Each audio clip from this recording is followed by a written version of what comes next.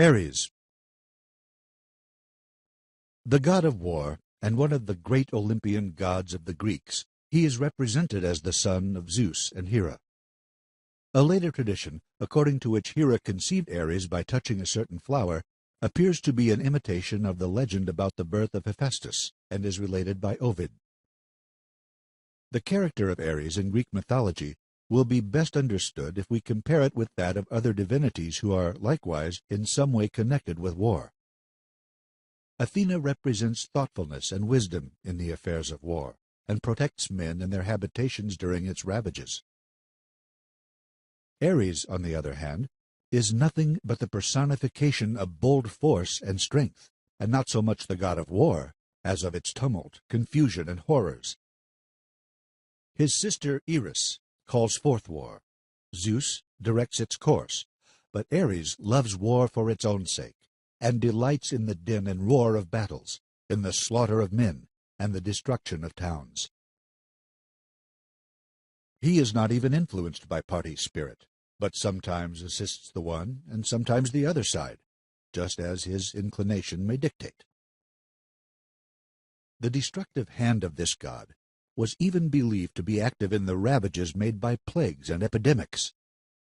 This savage and sanguinary character of Ares makes him hated by the other gods and his own parents. In the Iliad, he appears surrounded by the personifications of all the fearful phenomena and effects of war.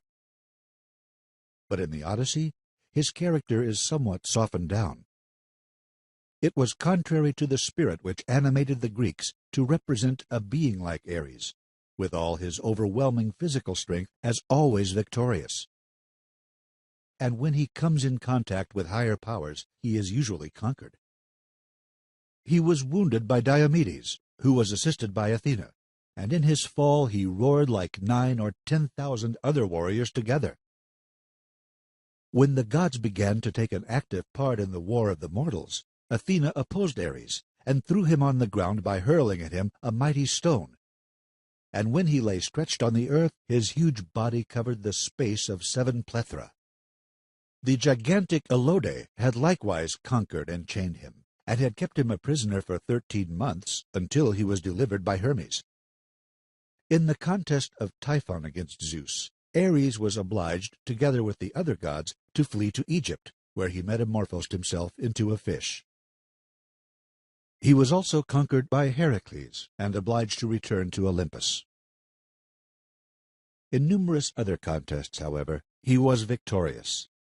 This fierce and gigantic, but withal handsome god, loved and was beloved by Aphrodite. He interfered on her behalf with Zeus, and lent her his war chariot. When Aphrodite loved Adonis, Ares, in his jealousy, metamorphosed himself into a bear and killed his rival.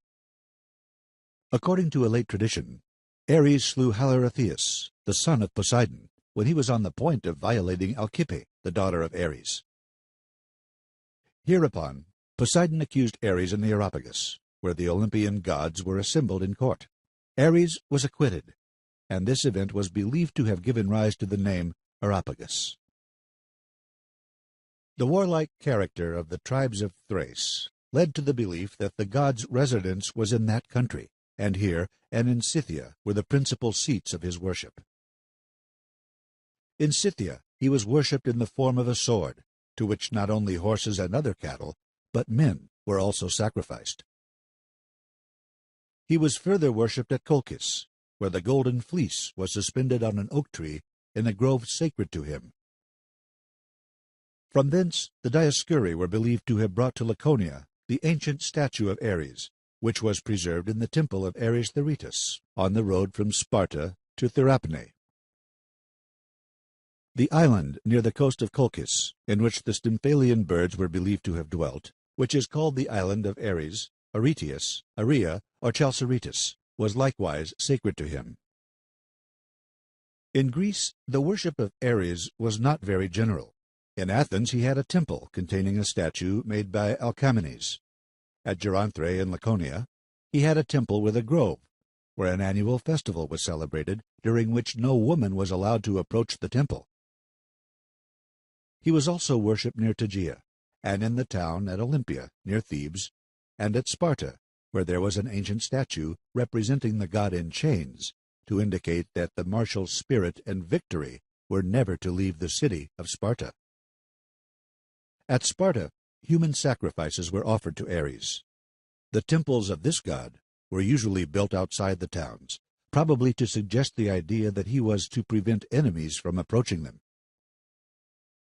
All the stories about Ares and his worship in the countries north of Greece seem to indicate that his worship was introduced in the latter country from Thrace, and the whole character of the god, as described by the most ancient poets of Greece, seems to have been thought little suited to be represented in works of art.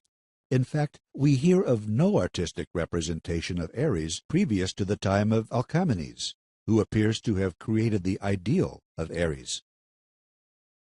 There are few Greek monuments now extant with representations of the god.